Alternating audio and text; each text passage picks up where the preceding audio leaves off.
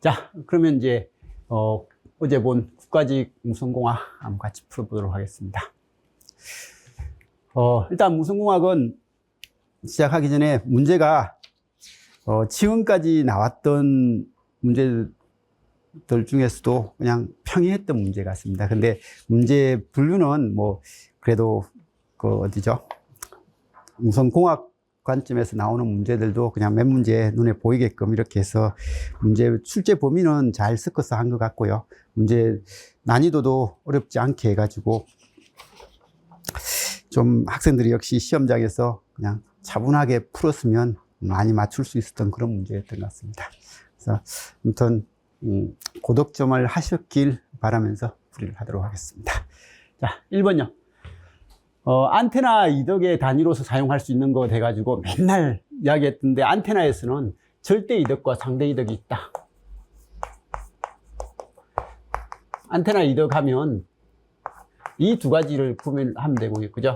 절대 이덕은 등방성 안테나를 기준으로 한 거고, 상대 이덕은 반파장 다이폴 안테나, 그 다음에 지상 이덕은 짧게 한 4분의 람다, 4분의 람다 안테나죠, 그죠? 그래서 수직접지 안테나인데, 지상 이덕은 우리가 몰라도 된다고 했고. 근데 이 절대 이덕을 하고 상대 이덕을 표시할 때, 등방성 안테나를 사용했다, 그 다음에 다이폴 안테나를 사용했다, 라고 해서 DBI, DBD, 이런 용어를 쓴다고 했죠, 그죠? 그래서 이런 것들 좀 봐두시고요. 그래서 안테나 이덕에 절대 이덕과 상대 이덕이 있는데, 절대 이덕 해가지고, 이론적으로는 가능한 등방성 안테나를 기준으로 해서 대부분 1기가 2석인데, DBI, I가 아이소트로픽이라는 등방성이라고 했죠, 그죠? 그리고 이번에 안테나가 등방성 안테나 관점에서의 개념이 이렇게 나왔고요. 그 다음에 상대 이덕은 반파장 다이폴 안테나죠, 그죠? 그래서 DBD 뭐 이런 걸 쓴다고 했고, 나머지는 전력이죠, 그죠? 전력의 크기를 나타내는, 절대 레벨을 나타내는 그런 내용이죠, 그죠? 이건 맨날 나왔던 문제입니다, 그죠? 무선 근거리 통신망 기술을 규정하고 있는 국제표준. 이게 중요하긴 중요한 것 같아요, 그죠? 랜이라는 이런 관점, 무선 랜 관점은 뭐 맨날 시험에 나오니까, 그죠? 16 하면 이건 Y브로, 그죠? 자, 자유공간에서 전파되는 주파수가 지금 F가 100Hz, F1인가요? FA. 그 다음에 FB는요, 1000Hz. 하면 이런 두 가지 전자파에 대한 설명이다. 사실 이건 주파수가 너무 낮아서 전자파라고 이야기하기도 좀 불편한데, 어쨌든 전자파입니다. 파장을 물어봤네요. 파장. 그러면 F람다는 속도 V인데, 뭐 자유공간이면 빛의 속도하고 같더라. 그러면 이렇게 됐을 때 굳이 이건 계산을 안 해봐도 되는 거죠, 그죠? 이 문제에서는. 주파수가 얘보다 얘가 10배 크니까 람다 A하고 람다 B는 이게 10배가 클 거다, 그죠? 이게 10배 클 거다라는 건 뭐 굳이 계산해보면 이게 3 곱하기 10의 8승이니까 얘를 계산하면 3 곱하기 10의 6승이고요. 얘는 3 곱하기 10의 5승입니다. 그래서 이렇게 되고, 파장은 A가 B의 10배고, 파장은 A가 B의 10배고, 파장은 다 맞네요. 그 다음에 전파의 속도는요. 속도는, 이건 빛의 속도죠, 둘 다. 그래서 속도는 A하고 B가 서로 같다. 이건 B가 A네요, 그죠? 그래서 파장은 A가 B의 10배고 전파의 속도는 둘 다 서로 같다. 라고 하는 이게 답이겠죠, 그죠? 1번이 답입니다. 그리고 열심히 그림을 그려줘가지고 만든 이 파형, 그래도 나름 고맙더라고요. 이제 이런 그림을 하나 이제 그래서 이야기를 했던 거죠. 하나의 거기 심볼이 유지되는 구간에 어느 지점에서, 이 가운데 지점이니까 진폭이 적당하게 크고, 좀 이쪽을 가면 진폭이 많이 크고, 그 다음에 이쪽을 가니까 진폭이 이게 더 크고, 그 다음에 이 그림은 약간 이쪽을 와야 될 것 같은데, 그죠? 좀 작아졌고, 그 다음에 여기는 이 시점을 이걸로 잡아요. 이 시점에서의 진폭은 딱 0이니까 가운데, 이 시점의 진폭은 좀 크고, 이 시점의 진폭은 더 크고, 이 시점의 진폭은 거의 비슷하고 좀 작아졌고 그 다음에 0이고 하니까 가운데고 이제 엄수로 되니까 가운데보다 앞쪽으로 더 엄수로 더 작아졌으니까 가운데에서 더 많이 앞쪽으로 해가지고 이게 펄스의 위치, 샘플 순간이역입니다. 점선이거든요. 점선에서 샘플을 했을 때 샘플을 한 형태가 펄스 폭이 아니라 너비가 아니라 펄스의 위치로서 이렇게 신호를 준 거. PWM8을 이렇게 이야기하고 있는 그런 형태죠. 미안합니다. PWM이 아니라 이게 펄스 위치니까 PPM 위치죠. PPM을 이야기하고 있는 그런 형태입니다. 그리고 이 문제도 그래도 충분히 풀었을 문제입니다. 그죠? 반사계수 VF에 대한 VR 또는요 이게 GL 플러스 G0 분의 GL 마이너스 G0 정제파비 V민에 대한 Vmax인데 근데 이제 이런 두 가지를 서로 알고 있을 때 정제파비를 알고 있을 때 반사계수는 S 플러스 1분의 S 마이너스 1이고 반사계수를 알고 있을 때 정제파비는 1 플러스 반사계수, 1 마이너스 반사계수분의 1 플러스 반사계수. 뭐 이런 형태로 쓰면 된다고 했습니다. 그럼 지금은 반사계수가 0.5니까 1 빼기 0.5분의 1 더하기 0.5. 그래서 3이다. 자, 디지털 변조 방식에 대한 설명이다. 옳지 않는 것. ASK는 반송파의 진폭을 변화시키는 거다. 그래서 ASK는 진폭 변화시키고 FSK는 주파수 바꾸고 PSK는 위상 바꾸고 QAM은 진폭과 위상을 동시에 변화시키는 방식이다. 맨날 나왔던 겁니다. 그죠? 그리고 DPSK는 차동 위상 검출이라서 이전 신호하고 현재 신호의 반송파 간의 위상차만 알면 복조를 할 수 있게끔. 그래서 동기 검파를 하는 게 아니라 비동기 검파를 할 수 있는 그런 형태가 DPSK다. 답은 3번이 이건 자주 나왔던 문제죠. 그죠? 반송파 억압 양측파대인 더블 사이드 밴드 SC 방식으로 변조된 신호 MT의 코사인 2파이 FCT를 복조해요. 메시지 신호 MT를 얻었을 때 이 복조 과정에 사용된 반송파는 단 MT의 주파수는 FC보다 매우 작고 복조 시 통과 대역의 이득은 1인 이상적인 로페스 필터를 쓴다. 그래서 이건 보기에 사실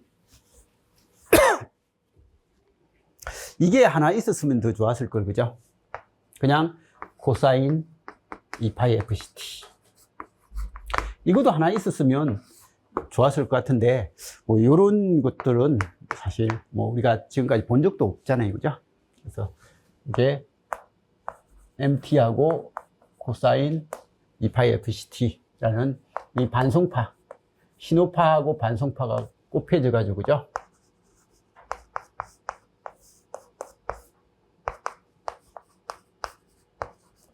반송파가 곱해져가지고 만들어진 이 신호가 이거고, 이걸 보냈습니다. 그럼 수신 측에서는 동기금파를 해야 되니까, 여기 날라온 건 이게 날라왔습니다. 그럼 여기에 뭘 곱해줘야 된다고요? 이 그냥 코사인 오메가 CT를 곱하면요, 여기는 MT 코사인 2파이 FCT 곱하기 코사인 2파이 FCT가 되면 이 코사인 알파, 코사인 베타인데 알파, 베타가 같으니까 이건 2분의 1의 MT에 1 플러스 코사인 2 오메가 2파이, 4파이 FCT. 이게 나온다고 했습니다. 그럼 이게 나오면 여기에 이제 로페스 필터고 통과 이덕이 1이니까 여기는 2분의 1 MT 더하기 2분의 1의 MT에 코사인 4파이 FCT인데 이 로페스 필터에서 얘는 차단되고 얘만 통과하니까 출력에 나오는 건 2분의 1 MT가 나온다 라고 이야기를 했습니다. 그죠?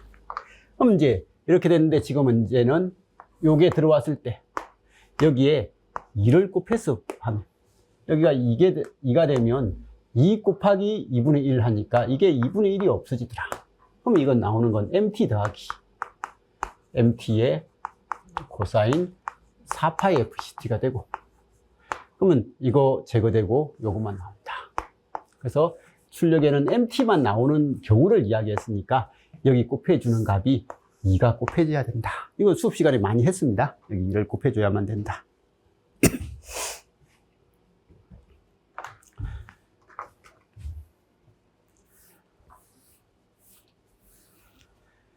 자, 다음 메시지 신호 MT를 변조할 때 신호파형 가부터 다의 신호의 명칭 A하고 C를 바르게 연결한 것은이라고 되어 있습니다. 그래서 이거 신호파.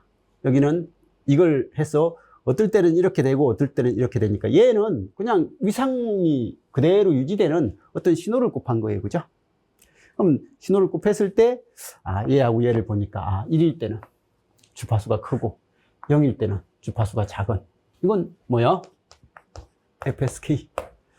1일 때는 1 곱하기 요구하니까 그냥 요게 나오고, 마이너스 1 곱하기 요구하니까 위상이 반전된 형태가 나오고, 그래서 이건 0도 이상, 180도 이상, 0도 이상, 180도 이상 해가지고 하니까 얘는 PSK다. 그래서 그림으로 FSK하고 PSK를 잘 표현해준 그런 형태입니다. 그래서 이번에 출제하신 분들이 그래도 그림은 4번하고 지금 8번 두 문제가 그림이 있는데 깔끔하게 내주신 것 같아요. 그죠?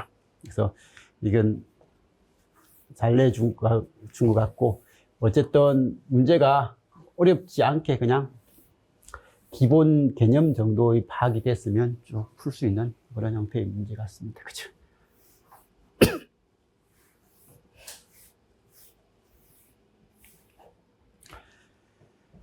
자, 이것도 그냥,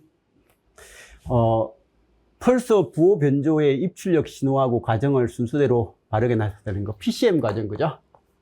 입력 들어오는 신호, 아날로그 신호를, 그죠? 아날로그 신호를 제일 먼저 뭐야? 표본화하고, 그 다음에 양자화하고, 그 다음에 부호화해서 디지털 신호로 만들더라. 표본화만 하면 끝이네요. 문제가 너무 단순하게 나왔습니다. 그죠?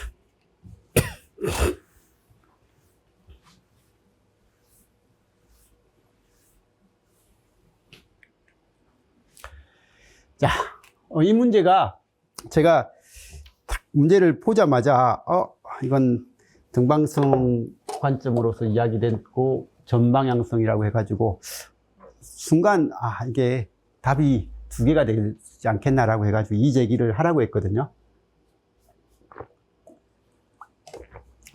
카페에 이해 제기를 해가지고 하면 정답률이 좀 더 둘 다 해줄 가능성이 50% 정도 될 것 같습니다 라고 했는데, 이게 수업을 해주려고 하다 보니까 안 해주겠구나 라는 생각이 들더라고요. 그래서 이게 1번만 그냥 답으로서 될 것 같은 형태입니다. 안테나에 대한 설명이다. 옳지 않는 것은 이라고 되어 있습니다. 등방성 안테나의 지향성은요, 등방성은 모든 방향으로 일정한 겁니다. 그래서 사방팔방으로 다 일정한 게 등방성이다 라는 그런 내용이고요.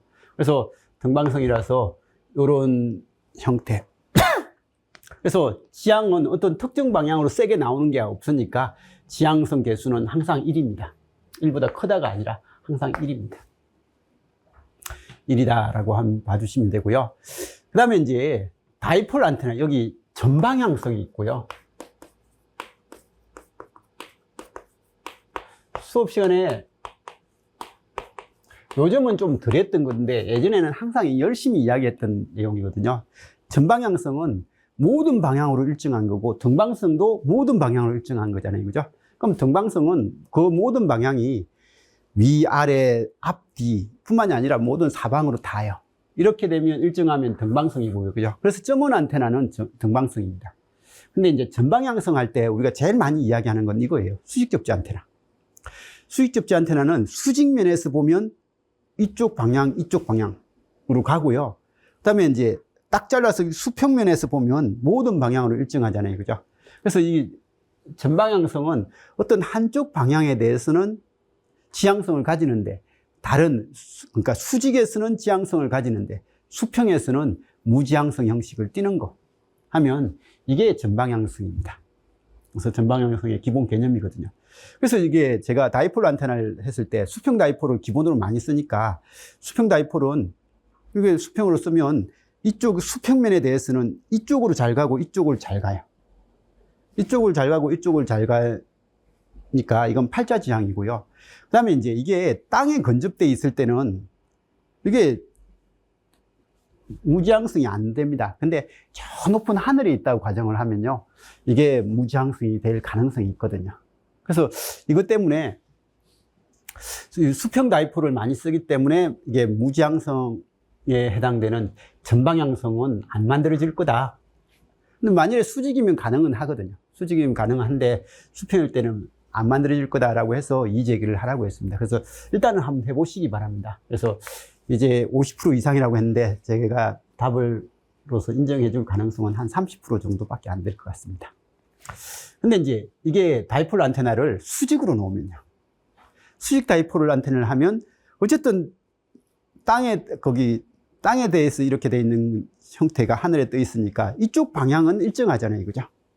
이쪽 방향은 일정하니까 수평면에 대해서는 무지향성이 됩니다. 무지향성이 되고 대신 수직면에 대해서는 이쪽하고 이쪽이 지향성을 가질 수 있으니까 이게 수직으로 놓으면 이게 땅에 건접됐던 하늘에 떠 있던 상관없이 무지향성이 한 방향에 대해서는 무지향성이 되고 한 방향에 대해서는 지향성이 될 것 같아요. 그래서 이게 수직으로 놓으면 하늘에 떠 있던 좀 가까이 땅에 붙어 있던 무조건 무지향성이 될 수평면에 대해서는 무지향성이 돼서 전방향성 빔 패턴을 갖는다라고 할 수 있을 것 같습니다. 할 수 있을 것 같고요. 그리고 이제 수평면도 이게 땅에 건접됐다 하늘에 떠 있다가 상관없이 그냥 안테나 패턴 자체만 보면 어쨌든 이게 거기 수직에서 잘라서 보면 무지향성이 될 수 있을 것 같아서 이게 전방향성으로 할 수도 있을 것 같습니다. 그래서 할 수도 있을 것 같으니까 이런 것들 좀 봐두시고요. 그래서 이 전방향성이라는 말은 수평, 수직 두 방향 중에서 한쪽 방향에 대해서는 무지향성이 되는데 한쪽은 지향성이 되는데 한쪽은 무지향성이 되는 이런 것은 전방향성이라고 하고요. 이 등방성은 이건 모든 방향에 대해서 일정한 크기가 되면 등방성이다라고 하는 그런 내용들은 좀 알아서 봐주시면 좋을 것 같습니다. 그래서 이게 처음에는 딱 어제 문제를 풀어보고 답은 1번이네, 2번도 이게 답이 되지 않겠냐 하고 거기 이의제기 해보라고 하고 집에 갔거든요. 집에 갔는데 보니까 이게 이의제기를 해도 잘 안 받아줄 것 같은 느낌이 듭니다. 미안합니다. 괜히 제가 학생들을 기대하게 했던 그런 것 같아요. 자, 3번은요. 기하학적 모양에 따라서 도선 안테나라든지 개구문 안테나, 그 다음에 평면형 안테나 등으로 분류한다라고 했는데 기하학적 모양에 대해서는 사실 선상 안테나, 면상 안테나 뭐 이런 식으로 구별을 하잖아요. 그죠? 입체 안테나 뭐 이런 형태를 하는데 어쨌든 이게 도선 안테나, 이게 선상 안테나고 그죠? 그 다음에 개구문 안테나, 파라볼라 안테나, 면상 안테나, 그리고 평면형 안테나도 사실 면상 안테나입니다. 면상 안테나 뭐 이런 형태 등으로 분류되고요. 등방성 안테나로부터 수신되는 신호의 전력 밀도는요, 이론적으로 안테나로부터 거리의 제곱에 반비례한다. 이게 거리가 R만큼 떨어진 점에서의 포인팅 전력인 거예요. 그러면 총 면적을 총 방사 전력으로 나눈 거니까 4파이 D 제곱분의 PTGT. 뭐 이런 형태가 되고, 등방성 안테나는 GT가 1이죠. GT가 1이니까 이렇게 되니까 거리의 제곱에 반비례하는 그런 형태의 특성을 보인다. 이건 맨날 했던 거니까 크게 문제되지는 않았을 것 같습니다. 그죠? 그래서 답은 등방성 안테나에 대한 지향 특성만 알면 되는데 이 용어를 잘 몰랐으면 약간 찍었을 것 같은 뭐 그런 형태가 되는 거고요. 그래서 우리 이거 이론하면서 많이 봤습니다. 등방성 안테나는 모든 방향으로 1이죠. 그죠? 그래서 이런 거고, 이 다이폴 안테나. 다이폴 안테나는 이렇게 놓으면 어쨌든 지향성을 가지고 팔자 지향을 드는데, 아까 말씀드렸듯이 우리가 많이 쓰는 게, 제가 생각했을 때 많이 쓰는 건 수평면 내의 다이폴을 많이 쓰니까 제가 수평면에 대해서는 무지향성 형태가 나오는 전방향성이 되기 힘들지 않나라고 해서 이야기를 했는데, 이게 수직면에서 실험도 많이 하고 수직면에 대해서 보면 무지향성이 될 수 있다.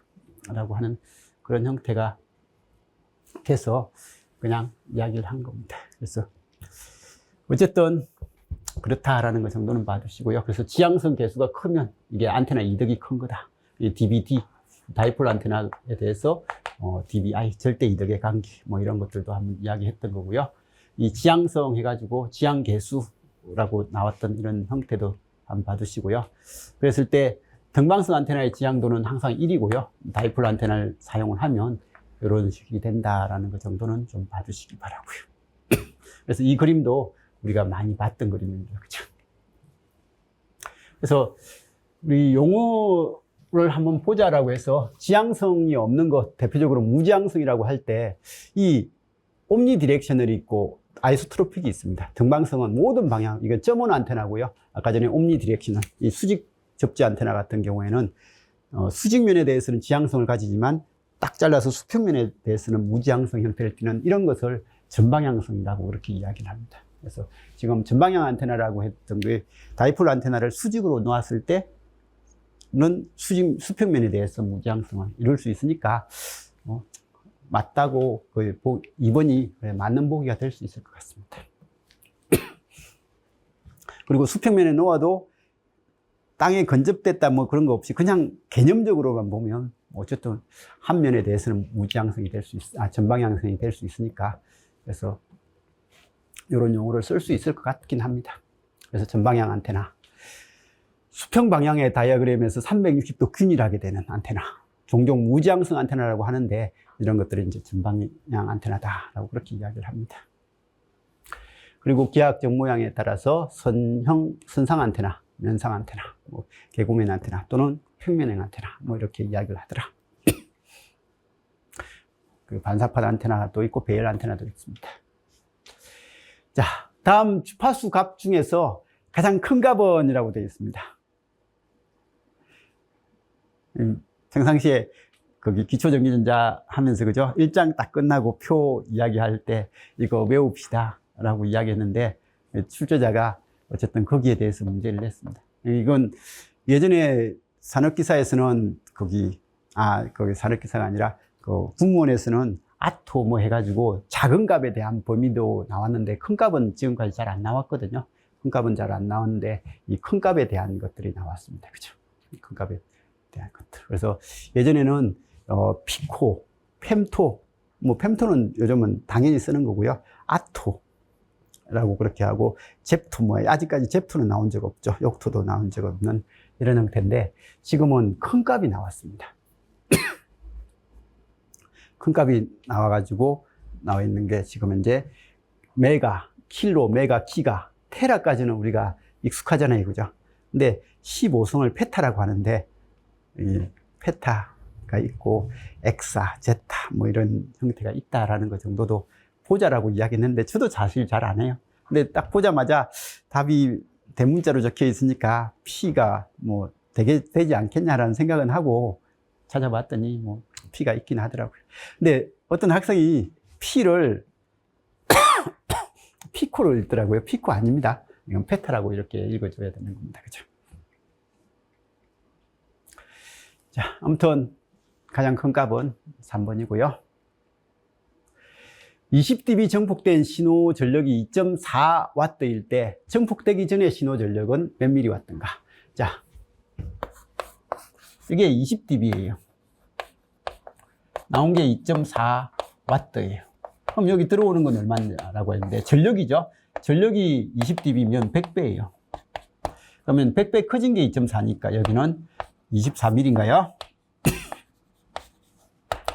mW가 100배 커지면 2.4W가 될 거다.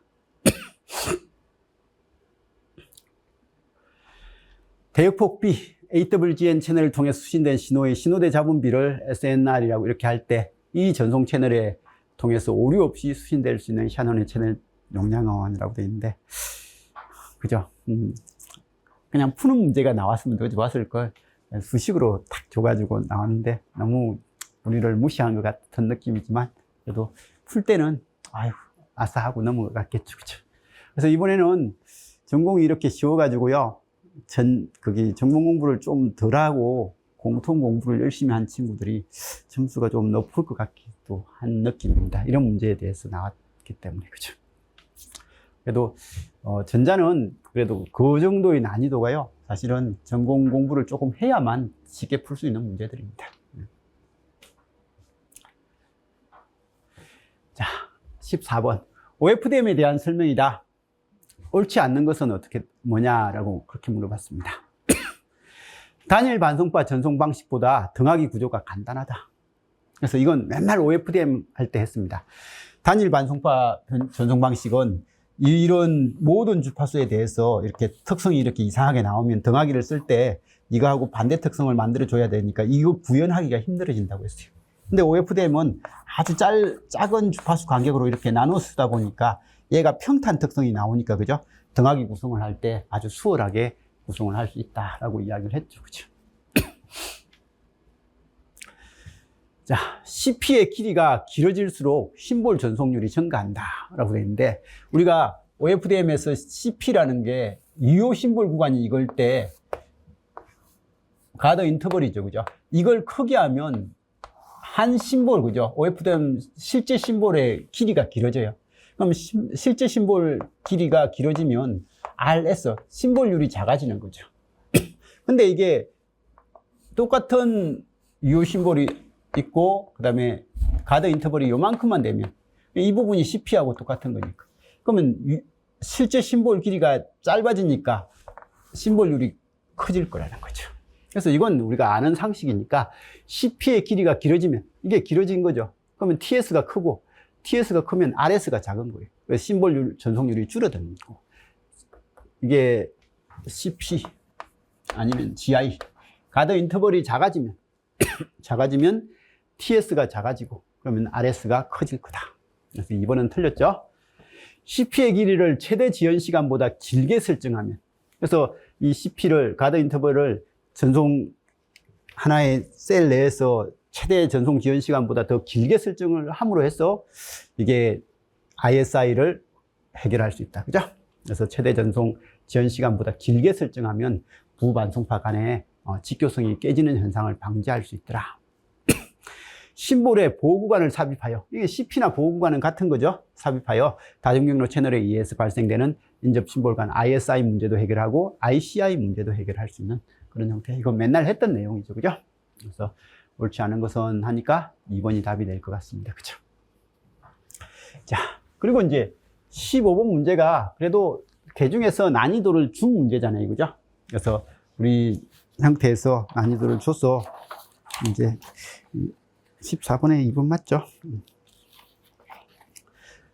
난이도를 준 문제인데, 다음 설명에 해당되는 소규모 페이딩은요 라고 했는데, 이 소규모 페이딩에서 첫 번째는 뭐요? 시분산 특성 맨날 하면서, 그죠? 단말기가 가만히 있어도 페이딩이 발생한다. 그리고 이거 TD, 딜레이 스프레드가 있었고, 그래서 TD가 있으면 TD의 역수가 BC라고 해서 상관대역이었죠. 그죠? 이건 지연 확산이었고. 그때 이 BC가 BS, 신호대역입니다. 신호대역에서 BC가 더 크면 이건 좋은 거라고 했습니다. 그러면 신호대역의 역수인 TS, 인 심볼 지연 시간, 심볼 시간이죠. 그죠? 그 다음에 BC의 역수가 TD죠. 이 TD보다 딜레이 타임이 심볼 시간보다, 지금 심볼 주기보다 더 작으면 이건 좋은 거라고 했고, 이 좋은 것이 주파수 비선택적 페이딩이다 라고 이야기를 했고요. 그 다음에 두 번째는 시변 특성. 이건 수업 시간에 이것만큼 많이 했던 것도 없었던 것 같아요. 그죠? 도플러 스프레드가 있습니다. 그래서 BD라고도 하고요. 이게 도플러 확산입니다.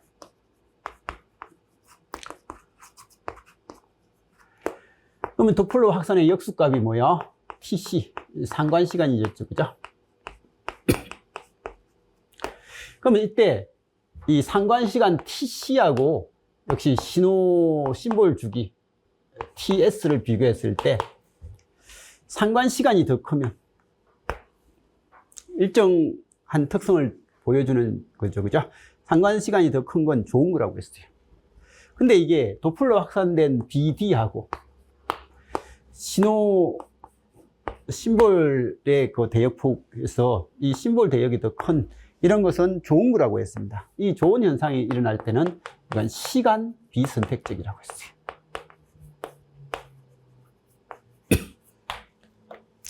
자, 이런 이야기를 했고, 그런데 이제 지금 문제는 심볼 주기 TS가 이동통신 채널의 지연 확산인 TD보다 매우 작고 TD가 크다는 거예요. 이게 TS가 클 때 주파수 비선택적인데 TD가 클 때는 주파수 선택적 페이딩이 일어나고, 그죠? 그리고 이 심볼 주기 TS가 코히런트 시간인 TC에 비해서 이동국의 코히런트 타임보다 매우 크다. 이게 커진 거죠. 이렇게 작을 때가 시간 비선택적인데 지금은 시간 선택적이죠. 그죠? 그리고 이 시간 선택적이라는 것은 빠른 페이딩, 패스트 페이딩이라고 했고, 이 시간 비선택적인 건 느린 페이딩, 슬로우 페이딩이라고 했죠. 그죠? 이게 느린이고 이게 빠른 일이겠죠. 왜요? 도플러 스프레드가 크게 일어나는 건 빠른 이동체니까. 그러면 이건 상관 시간이 작은 건 빠른 이동에서 일어나니까. 그래서 이거 맨날 했던 겁니다. 그래서 이건 주파수 선택적 페이딩을 이야기하고 있고 패스트 페이딩을 이야기하고 있는 그런 형태다라고 해서, 그래도 그 중에 이번 시험 문제에서 조금 생각을 해야 될 그런 문제였던 것 같습니다. 그죠? 그래서 우리 지연 확산, 코히런트 대역폭 뭐 이거 계속 했고, 뭐 그다음에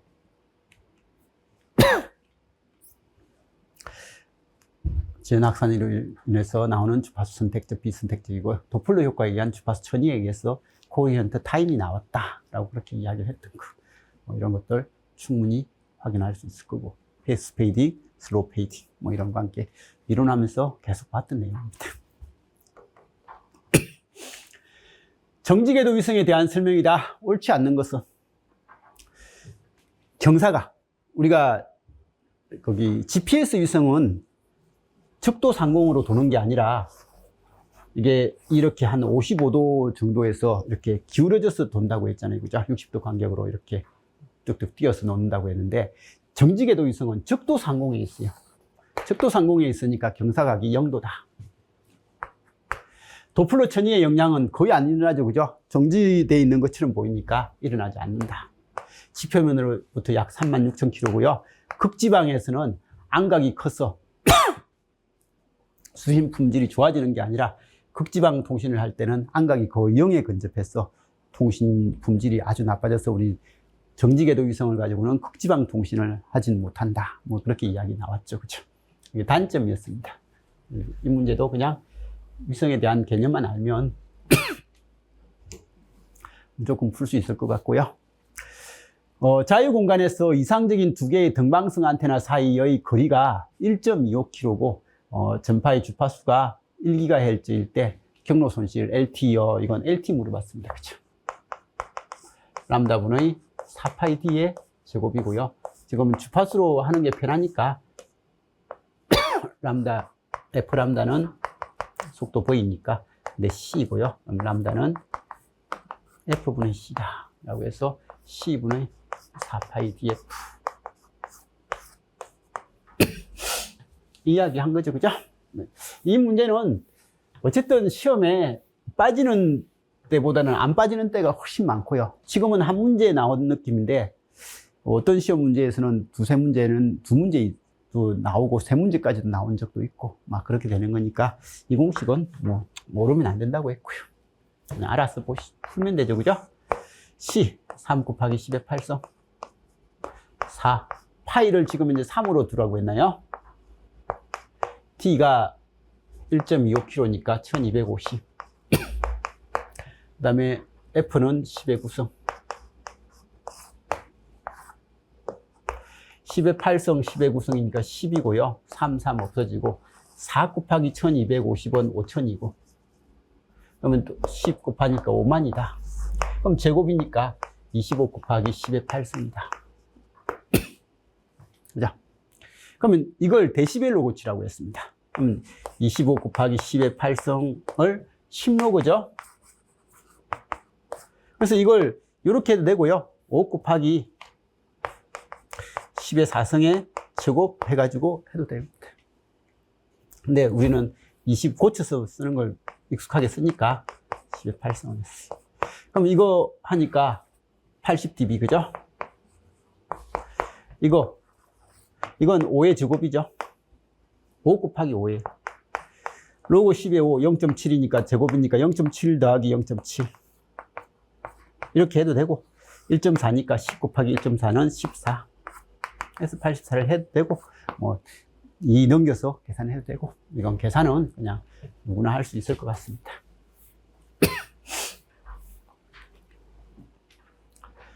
자, 위성통신 시스템의 주파수 대역에 대한 설명이다. 옳은 것은 했는데, 이거 맨날 나왔던 L, S, C, X. 주파수 범위는 다 알죠, 그죠? Q 밴드가 카 밴드보다 높다가 아니라 카가 더 높죠. 가용 주파수 대역 폭은 L 밴드가 Q 대역 밴드보다 높다라고 했는데, L은 1에서 2고요. Q는 12.5에서 18이에요. 이게 더 넓죠. 얘는 1기가고, 이건 거의 6기가 정도 되니까. 대기권이나 전리층을 통과할 수 있는 주파수 대역을 사용한다. 그죠? 그래서 대기권이나 전리층을 통과할 수 있는, 그래서 형태 1에서 10기가 주파수를 많이 쓰고, 요즘은 10기가 이상을 더 많이 쓰고, 일반적으로 우리 위성에서 할 때 제일 많이 쓰는 것은 6사죠. 기지국에서 위성으로 올라오는 신호는 6기가, 내려가는 건 4기가. 그래서 일반적으로 상향 링크보다 하향 링크에 더 높은 주파수가 아니라 상향 링크가 더 높다. 그래서 위성 통신은 이건데 이동 통신은 반대다. 맨날 이야기를 했던 거죠. 그죠? 그래서 6사, 이걸 그냥 외워서 쓰시면 되고, 그죠?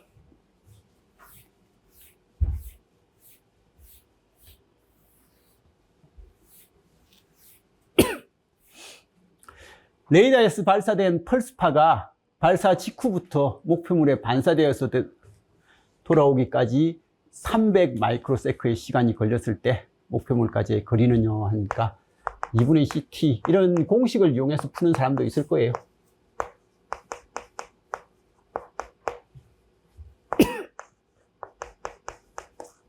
동그라미 2개, 3개, 그러면 2분의 90. 그래서 45km. 이렇게 공식을 이용하는 사람도 있을 겁니다. 근데, 제가 수업 시간에 많이 할 때, 1ms 동안에는 300km, 1마이크로세컨드 동안에는 300m. 이렇게 했다고 했습니다. 갔다 오는데 300마이크로니까 가는 데는 150마이크로. 그럼 0.15니까 300 곱하기 0.15. 해가지고 45. 이렇게 답을 내도 상관없고, 그죠? 자, 20번입니다. GPS에 대한 설명이다. 옳지 않는 것은 뭐냐라고 했습니다. GNSS, 글로벌 내비게이션 세틀레이트 시스템의 일종이다. 그래서 내비게이션 시스템에서 이렇게 많이 쓰고 있는 게 GPS 위성이죠. GPS의 위성과 수신기 사이의 전파 시간으로부터 거리를 결정한다. 그래서 GPS 위성하고 수신기, 우리 쌍곡순환법, 그죠? 여기서 오는 거, 여기서 오는 거, 여기서 오는 거, 여기서 오는 거, 여기서 오는 거, 여러 곳에서 받아가지고 거리 같은 거 측정해서 자기의 위치를 정확하게 측정할 수 있는 그런 형식을 쓴다. 지상으로부터 약 22,000km라고 했죠. GPS 위성은 지상 고도가 22,000km입니다. 근데 약 20,000km, 높이로서 중궤도 위성으로 구성된다. 사실 중궤도라는 단어가 조금 불편하긴 해요. 이 정도는 중궤도라고 해야 되는 거고, 그다음에 정지궤도는 36,000이니까 저궤도보다는 높고 정지궤도보다 좁으니까 중궤도다. 그렇게 통으로 하고, 저도 수업 시간에 중궤도라고 하는데, 어떤 책에서는 중궤도가 한 10,000km까지다. 뭐 이런 이야기도 나오고, 이렇게 하니까, 그 궤도 높이는 상황에 따라 달라지는 거니까, 이런 거 가지고 정지궤도가 아니니까 뭐 중궤도라고 해야 되는 그런 형태고, 그죠? GPS 수신기는 2개의 위성 신호만으로 지구상에 자신의 위치를 파악하는 게 아니라, 우리가 공간을 해야 되니까 X, Y, Z 그리고 움직이다 보니까 시간 개념까지 같이 돼 가지고 최소한 몇 개요? 4개의 위성에서 신호를 받아야만 정확한 자기 위치를 측정할 수 있다 라고 이렇게 이야기했고, GPS 위성을 하늘을 쳐다보고 있으면 GPS 위성이 한 5개에서 최소 5개는 보이고, 그죠? 많을 때는 8개까지 보이는데, 그런 것들을 잘 취합해서 이렇게 하면 정확한 위치 측정이 가능하다라고 그렇게 이야기를 했습니다. 자, 아무튼 이렇게 해서 문제 풀어보니 봐서 알겠지만, 그래도 생각보다가 아니라 문제를 시험장에서 접했을 때, 와, 나 풀 수 있겠다. 내가 공부한 거 그래도 어느 정도 보람은 있겠다라고 생각하고 문제를 쭉 풀었을 것 같아요. 근데 이제 공부를 엄청 많이 한 친구나 공부를 적당하게 한 친구나 이게 차이가 별로 없었던 그런 것 같은데, 그래도 공부를 엄청 많이 했으면 더 짧은 시간에 문제를 풀고 다른 이제 공통에 투자할 수 있는 여유는 좀 있었던 것 같아요. 그래서 이런 문제는 문제를 난이도를 딱 보니까 쉽네, 그냥 사닥 짧은 시간에 문제를 풀고 다른 과목에 시간 투자를 해야지 하고 문제를 좀 접근했으면 더 좋았을 것 같습니다. 자, 아무튼 시험 보신다고 고생하셨고요. 그리고 이제 국가직은 어쨌든 이제 끝났습니다. 이제 국가직 끝났으니까, 국가직이 최종 목표이신 분들은 뭐 점수 보고 이제 2차 준비를 좀 하셔야 되겠지만, 지방직 그리고 공무원 그리고 7급까지 준비를 하시는 분들은 이제 첫 시험이니까, 첫 시험 이제 끝났고 이번 시험에서 자기가 부족했던 거 좀 잘 보완해서 지방직이라든지 공무원 시험에 대비를 좀 잘 해서 자기가 원하는 시험 꼭 합격하셨으면 좋겠습니다. 자, 아무튼 시험 보시느라 고생했습니다. 이상입니다.